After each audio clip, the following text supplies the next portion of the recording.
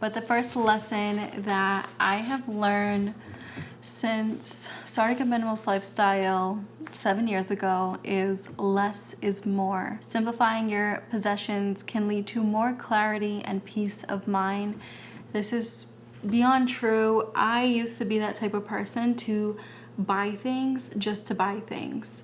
I never thought through on, why do I need this item? Where am I gonna put this item? Do I have enough money for this item? I never thought of those questions or anything like that. I just bought things to either just have them, or bought things to fit in with the crowd. So nowadays, I only buy things if I truly need them. So obviously, throughout the years, I've learned to live with less and less and less, and learned that I don't need a lot of things to live a happy and fulfilling life. Quality over quantity. Minimalism teaches you to invest in quality items that last longer and bring you more joy, rather than buying cheap and disposable products. So I have been talking about this, I want to say like the past couple years. I've been talking about it and learning my lessons with quite a few things. I would say even just recently, when it came to certain hair products or certain even hair ties, like, you would be amazed on how I used to think back then like cheaper was better. And I'm not saying that like buying cheap things isn't going to last you. Some items will, some items you get lucky with, but majority of the time, like when it comes to buying cheaper things, they will break. For an example, these elastics, I would never purchase something like this expensive. I mean, this is expensive to me. I think it was like 5 for 12 or 13. So 5 of these for like $13. These have lasted me for the entire year, and they're still they aren't stretched out. I wear them every day. They're made out of 100% cotton. They can go in the wash, hang them up to dry. I have never had elastics last me this long because I was always going towards cheaper elastics. And also the same thing goes for shoes. Now, I always purchase cheaper shoes, like cheaper sneakers or cheaper boots. Yeah, so I have learned quite a few lessons throughout these years of quality over quantity, and this is why I don't purchase, or I watch what I purchase a lot, and I don't purchase things from Temu or Shein or Fashion Nova. I used to purchase a lot of things from Fashion Nova back in the day. Boohoo, like I do not buy clothes or anything from those stores because I know if I spend $10 to $20 on a top or a dress or a pair of pants, it's gonna last me and this is being generous with time, it's gonna last me maybe a year or less than a year, and I would have to repurchase it again. If you add up all of the repurchases when it comes to cheap items, it kind of adds up to the price of a high quality item. I hope I'm making sense, you guys, but I have been learning my lesson with so many things when it comes to quality. And again, for the longest time, I used to think cheaper is better, and it's not a bad thing. Obviously, like I didn't grow up with a lot of money. I still don't have a lot of money, but I try to make wiser purchases with the money that I do have, compared to back in the day. I would just spend a lot of money, which I didn't think it was a lot of money because the items were so cheap. I thought I was getting a good deal, but they would break and I would have to repurchase them.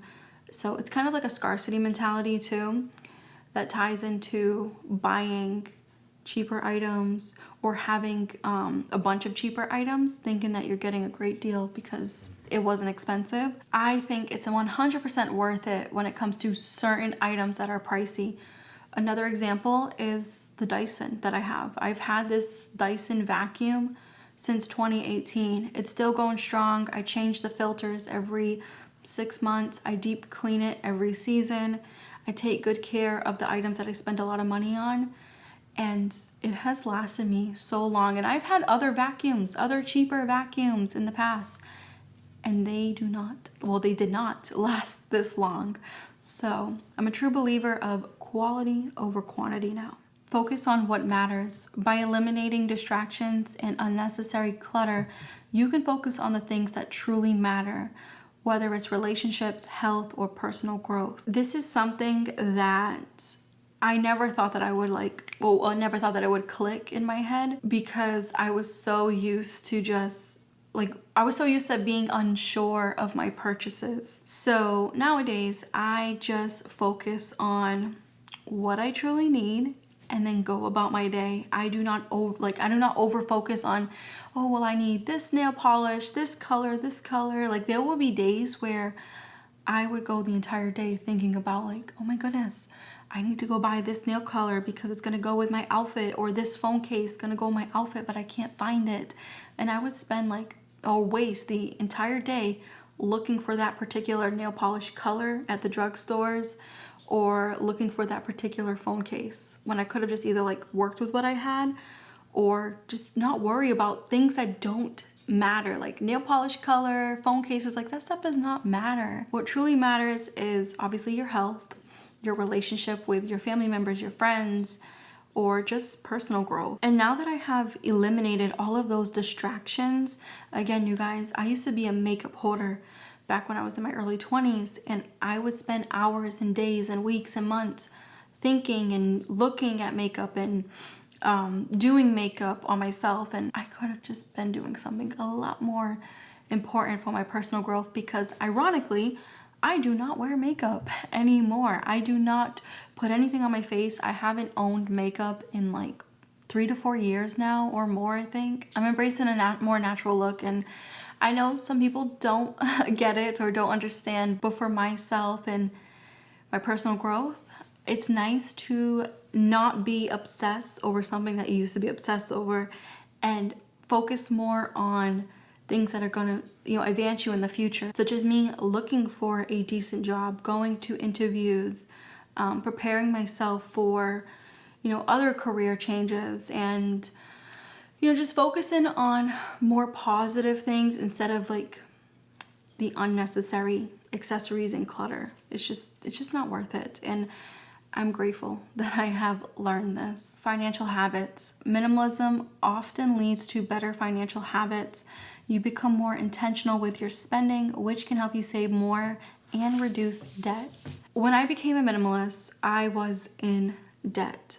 I wasn't in credit card debt. Thank goodness. I knew a thing or two about credit card debt, and I was always terrified of it because of family members that were always complaining about their credit card debt.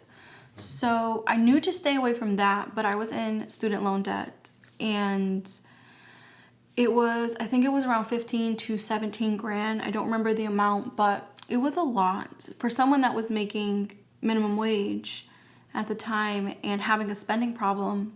That was a lot of money to owe. Once when I adapted a minimalist lifestyle, the main thing that I focused on was paying off that debt, because I realized I'm not spending my money on things that I don't need to spend my money on anymore. I technically have extra cash, so I'm going to throw it to that student loan. When it came to student loan debt, it was always in the back of my mind, and I was always thinking of when is it gonna end? When is it gonna end? But if it wasn't for the minimalist lifestyle, I feel I will still have that little bug in back of my head saying, when is it gonna end? So I got out of debt summer of 2018, and I have been out of debt since. I am not in any credit card debt, knock on wood. I'm not in any student loan debt. I am not in any car debt. I own my vehicle. I own my phone. I'm not a fan of doing payments on things, because when it comes to payments, the interest is what really kicks you in the butt. So I don't like owing money. So that's what minimalism has taught me. It's taught me a lot of great financial habits. Now, I'm not a financial guru. There's a lot of financial mistakes that I'm still making till this day, but I'm thinking more positive, where when my income does get better, I'm going to focus on getting a 401k, starting with, taking 6% out of my check. I'm thinking of also opening a Roth IRA and putting in a decent amount of money in there. Another financial habit that I've done recently is open 2 more high-yield savings account, one for emergency vet appointments, which I should have done this in the past, but we live and we learn. So I have my main emergency fund which I've always had. And then I have a vet emergency fund and a car emergency fund. So those emergency funds, like those savings accounts, are very, very important to me. I put money in them every month.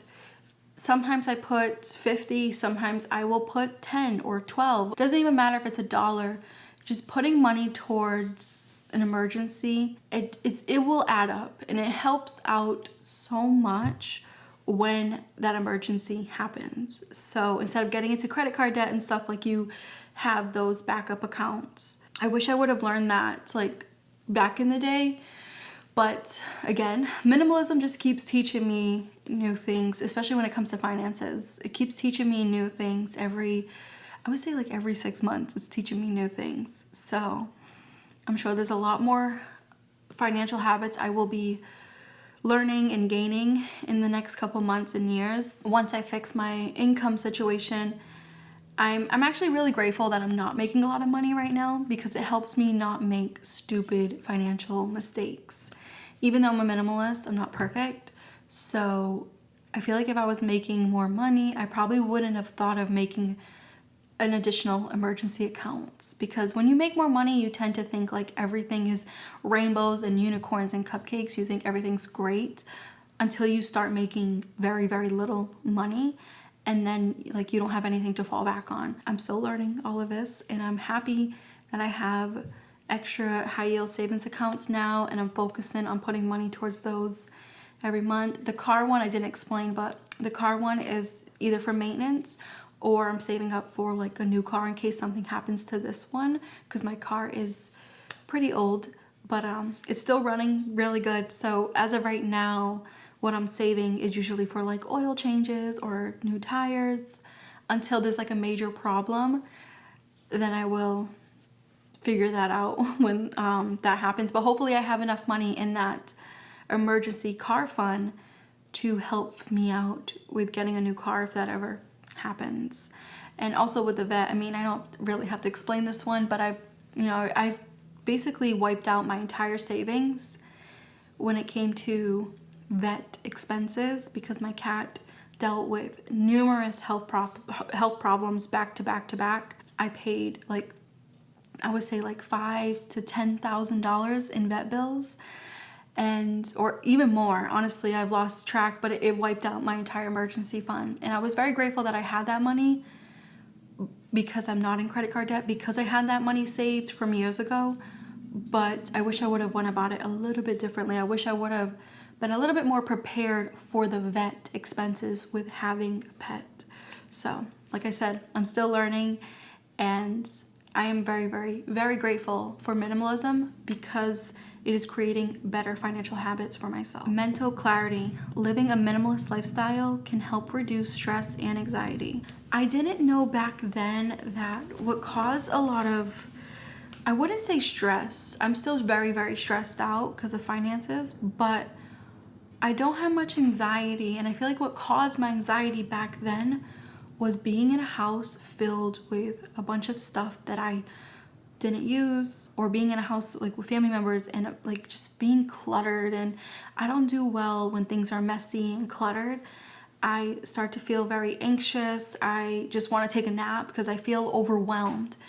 So minimalism has helped me so much with keeping our space very minimal and clutter-free. Even though I live with a non-minimalist, he has also picked up quite a few minimalist patterns regarding the things that we own that we don't need to own if we're not using them. My habits are picking up on him, and we have been working together with keeping our house not cluttered. Have the bare basics. We don't have like a coffee table. We do have that mirror, which I wish I can get rid of. I'm not a fan of mirrors.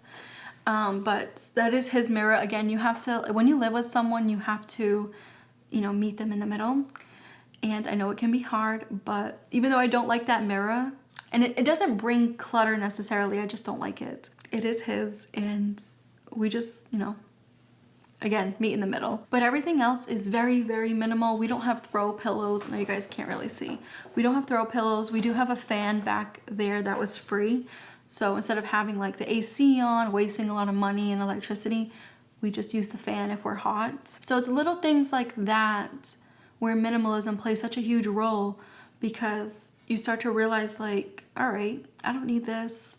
You know, the space is more open without that item, especially when it comes to like bureaus or dressers, however you guys want to call it, for the bedroom. I love how our bedroom just has a bed.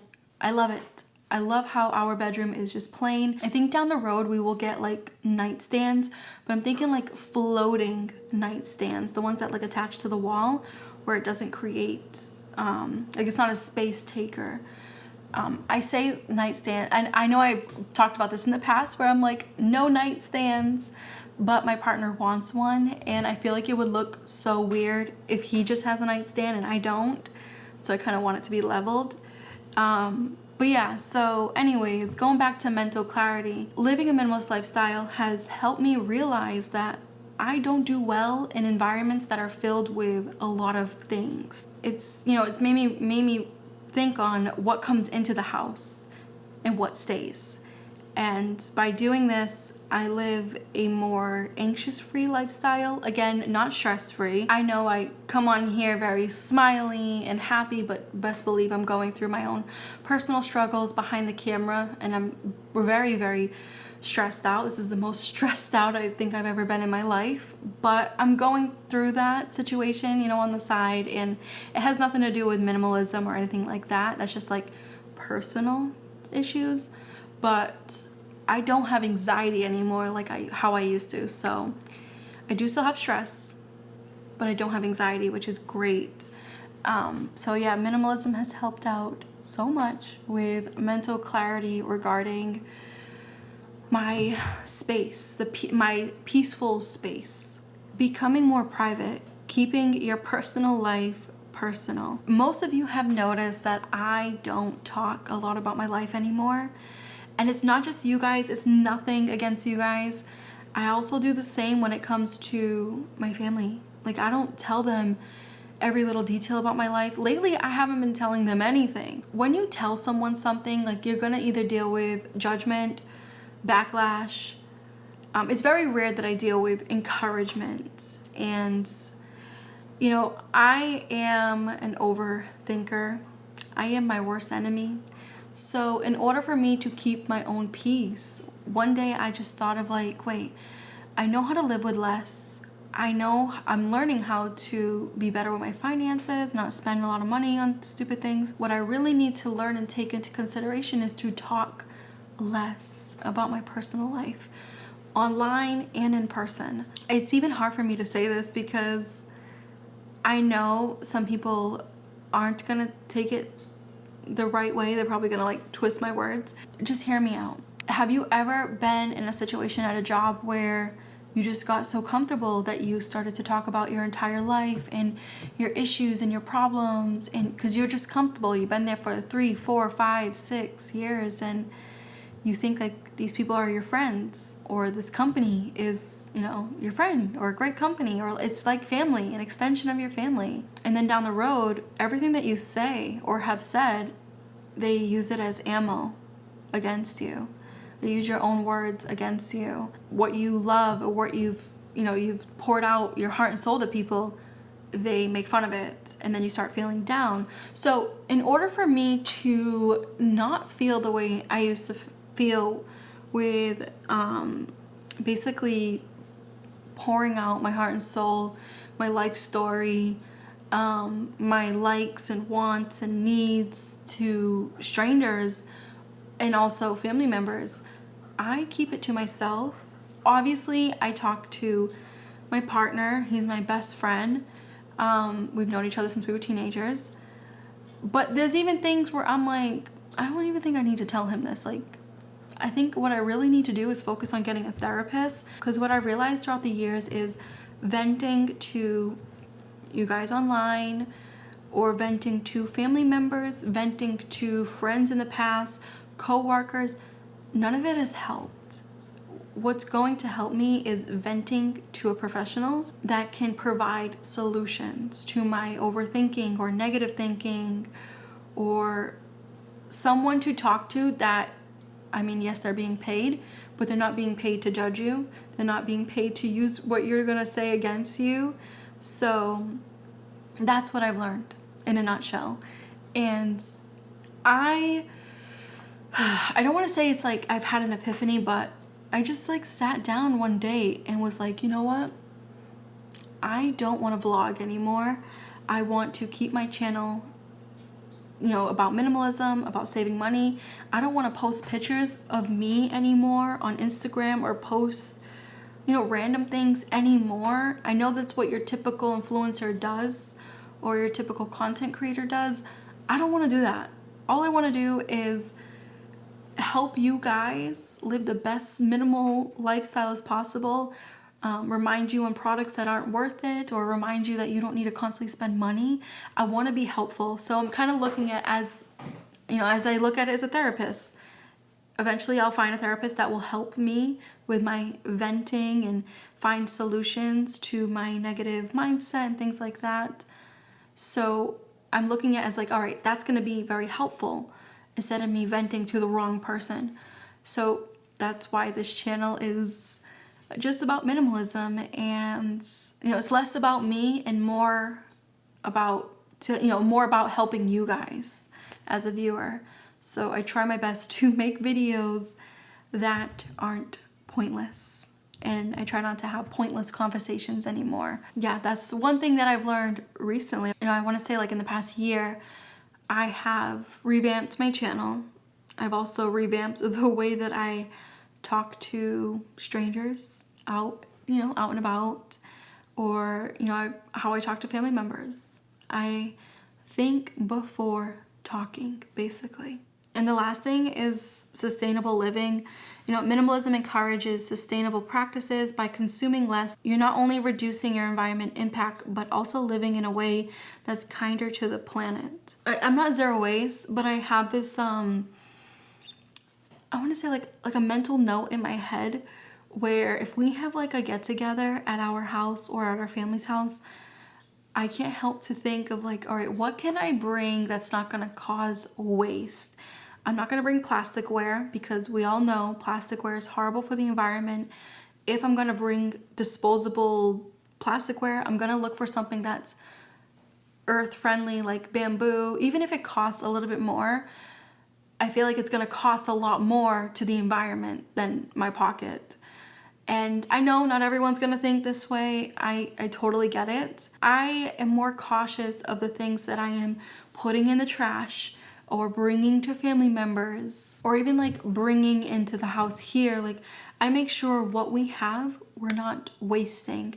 You know, back in the day, I used to just purchase a lot of food items that were in plastic packaging. And I will say, living in the US, it is very, very hard to purchase things that aren't in plastic. I hope one day this changes, because there are ways to not put cucumbers in a plastic bag. So I have found some ways to help out with reducing the amount of waste that goes to the landfill.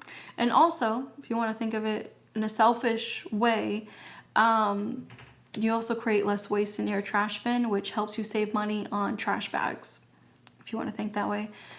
But down to like, you know, all the reusable items that have told you guys about and that I have come across due to a minimalist lifestyle, period underwear, the nail filer that I have, it's actually somewhere around here. I've had it since 2020. It's a glass nail filer. It not only files your nails, but it also buffs your nails, so you don't need to buy like clear nail polish. It makes it nice and shiny.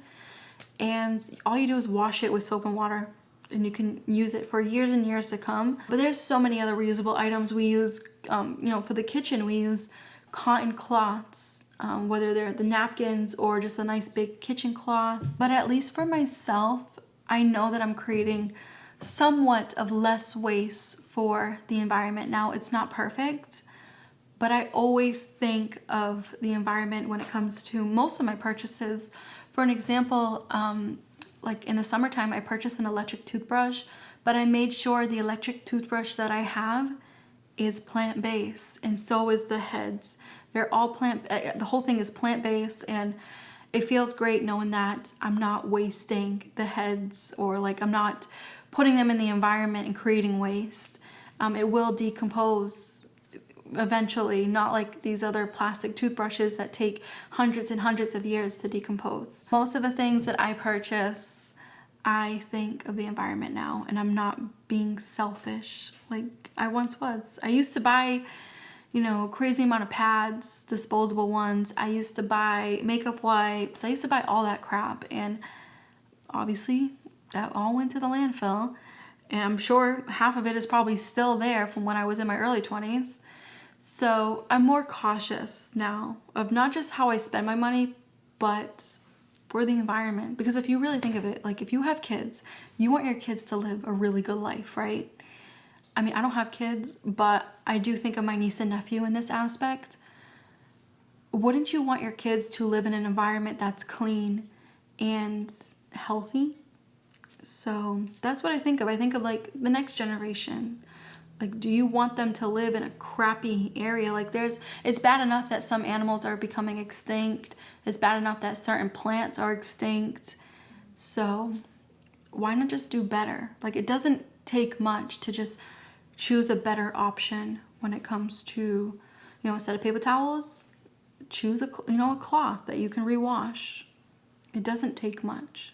So those are the 7 lessons that I have learned in 7 years. I've also learned a lot more, but I didn't want to take up too much of your time today. Let me know down below, what lessons have you learned as a minimalist, whether it's recently or years ago. I would love to know what you guys have learned with adapting a minimalist lifestyle.